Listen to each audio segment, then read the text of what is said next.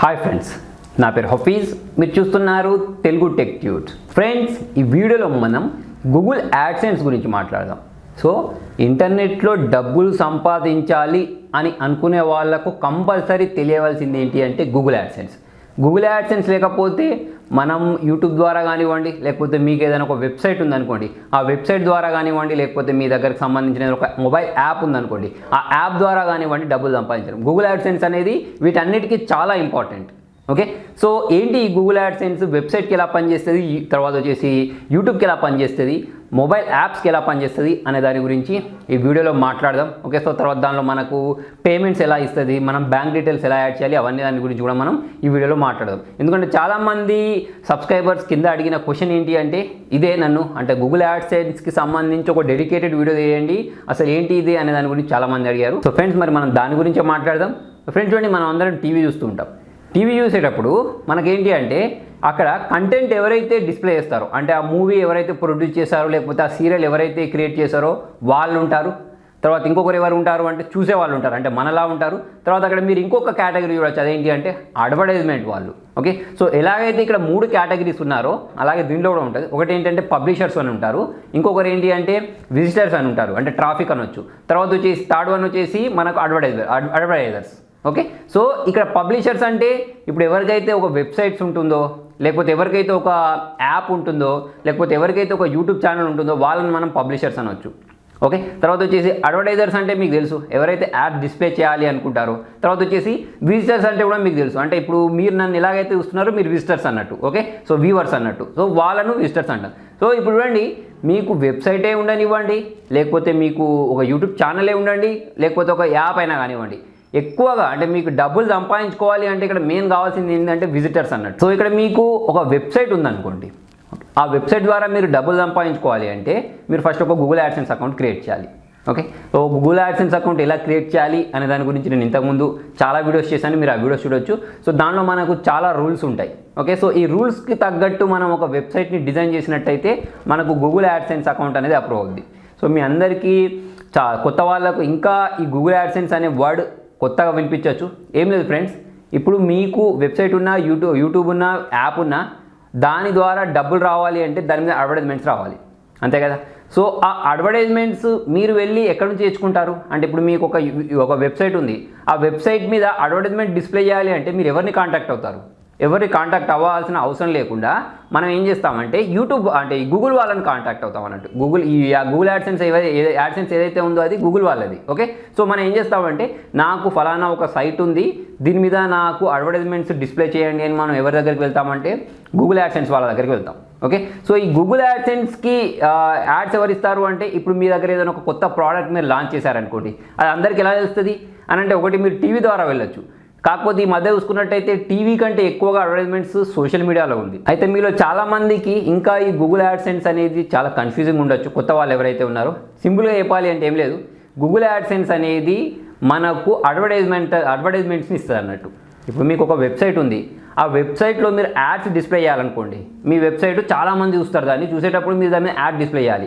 అంటే ఆ add display చేయడానికి మీరు అడ్వర్టైజ్మెంట్ కంపెనీ దగ్గరికి వెళ్ళాల్సిన అవసరం లేకుండా, అంటే ఎవరైతే యాడ్ ఇస్తారు మా సైట్లో యాడ్ ఇచ్చుకోండి, మా సైట్లో యాడ్ ఇచ్చుకోండి అని మనం చెప్పాల్సిన అవసరం లేకుండా డైరెక్ట్ మనం గూగుల్ యాడ్సెన్స్లో అప్లై చేస్తే వాళ్ళే మనకు అడ్వర్టైజర్స్ని తీసుకొని ఇచ్చేస్తారు. ఇక్కడ మనకును తర్వాత అడ్వర్టైజర్స్ ఎవరైతే ఉంటారో వాళ్ళకు గూగుల్ యాడ్సెన్స్ అనేది ఒక మీడియేటర్ లాగా పనిచేస్తారు అన్నట్టు. అంటే మనకు ఒక వెబ్సైట్ ఉంది, లేదా మనకు ఒక యూట్యూబ్ ఛానల్ ఉంది, మనకు ఒక యాప్ ఉంది.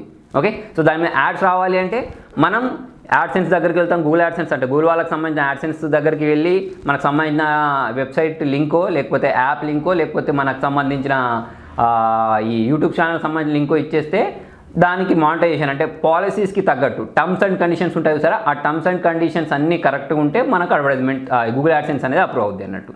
ఓకే, సో ఇప్పుడు మీ దగ్గర ఒక వెబ్సైట్ ఉందనుకోండి, వెబ్సైట్ ఉంటే ఆ వెబ్సైట్ మీద డైరెక్ట్ అడ్వర్టైజ్మెంట్స్ రావు. మనం ఏం చేస్తాం, మన సైట్ అనేది అంటే సైట్ ఓనర్ ఎవరైతే ఉన్నారో వాళ్ళు గూగుల్ యాడ్సెన్స్కి అప్లై చేయాలి. సో మరి అది ఎలా అప్లై చేయాలనే దానికోసం నేను ఇంతకుముందు కూడా ఒక వీడియో చేశాను. ఏం లేదు, ఎవరైతే గూగుల్ యాడ్సెన్స్ కావాలి అనుకుంటారో వాళ్ళు 18 ఇయర్స్ కంటే పెద్దవాళ్ళు ఉండాలి. మరి చిన్నవాళ్ళు ఉండాలి ఎలా అని కూడా చాలామంది అడుగుతూ ఉంటారు. సో దానికోసం మీ పేరెంట్స్ ఉంటారు సరే, మీ పేరెంట్స్కి సంబంధించి నేమ్తో కూడా మనం క్రియేట్ చేసుకోవచ్చు. నెక్స్ట్ కండిషన్ ఏంటి అంటే మన సైట్కి సంబంధించిన కంటెంట్ ఏదైతే ఉందో అది అబ్యూస్ చేసే విధంగా కాకుండా, లేకపోతే పాన్ సైట్ కాకుండా, తర్వాత వచ్చేసి డ్రగ్స్కి సంబంధించిన సైట్ కాకుండా గూగుల్కి సంబంధించిన కొన్ని రూల్స్ ఉంటాయి. ఆ రూల్స్కి తగ్గట్టు ఉంటాయి. మనం అక్కడ గూగుల్ యాడ్సెన్స్కి అప్లై చేసేటప్పుడే మీకు అక్కడ టర్మ్స్ అండ్ కండిషన్స్ ఉంటాయి. ఆ టర్మ్స్ అండ్ కండిషన్ చూస్తే మీకు అర్థమైపోద్ది. ఓకే, సో ఇదొకటి. తర్వాత కండిషన్ ఏంటి అంటే అక్కడ గూగుల్ యాడ్సెన్స్ మనకి ఇచ్చేది మీ యాడ్స్ని మీరు క్లిక్ చేసుకోవద్దు.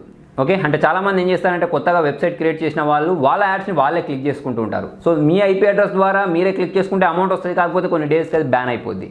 సో ఇది నేను చేసిన అన్నట్టు స్టార్టింగ్లో నాకు గూగుల్ యాడ్సెన్స్ అంటే ఏంటో తెలియనప్పుడు అడ్వర్టైజ్మెంట్ కనిపిస్తూ ఉంటే అక్కడ దాన్ని క్లిక్ చేస్తూ ఉంటే నాకు అక్కడ డాలర్స్ ఇంక్రీజ్ అవ్వడం కనిపించేవి.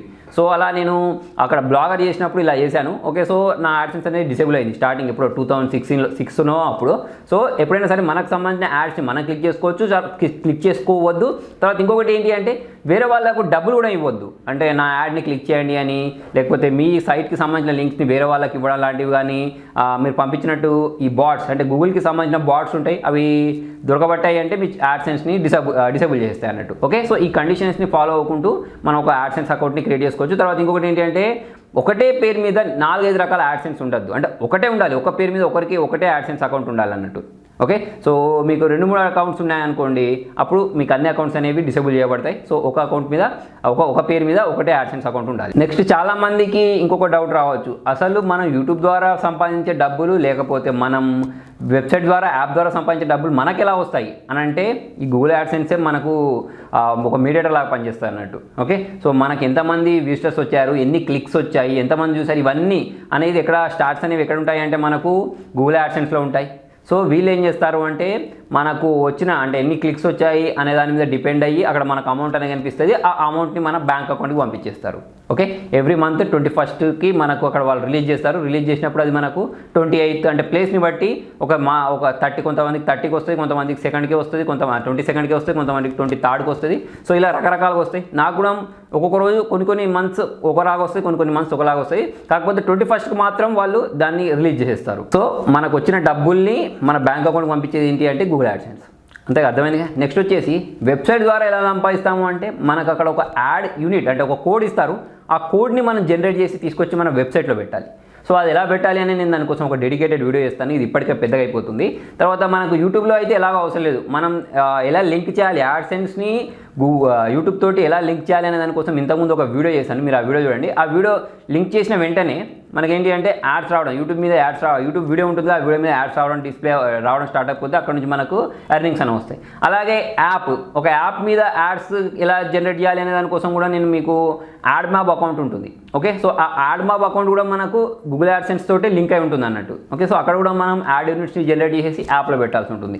సో ఇలా మనకు గూగుల్ యాడ్సెన్స్ అనేది పనిచేస్తుంది. ఫ్రెండ్స్, అర్థమైపోయింది కదా మీకు గూగుల్ యాడ్సెన్స్ అంటే మనకును తర్వాత అడ్వర్టైజర్స్ ఎవరైతే ఉంటారో వాళ్ళిద్దరికి మధ్యలో మీడియేటర్స్ అన్నట్టు. ఓకే, సో మనకు ఒక వెబ్సైట్ ఉంది, మన వెబ్సైట్ మీద డైరెక్ట్ యాడ్స్ కావాలి అంటే మనం ఎవరిని అప్రోచ్ అవుతామంటే గూగుల్ యాడ్సెన్స్ని అప్రోచ్ అవుతాం అన్నట్టు. ఓకే, సో అడ్వర్టైజర్స్ ఎవరైతే ఉంటారో వాళ్ళు కూడా అడ్వర్టైజ్ డిస్ప్లే చేయడానికి ఎక్కడ అప్రోచ్ అవుతారంటే గూగుల్ యాడ్సెన్స్ దగ్గరనే అప్రోచ్ అవుతారు. సో మరి ఇక్కడ గూగుల్ యాడ్సెన్స్కి లాభం ఏంటి అంటే వాళ్ళు 40% ఉంచుకుంటారు, 60% అనేది మనకి ఇస్తారు అన్నట్టు. ఓకే, సో 45-55 కూడా ఉండేది రేషియో.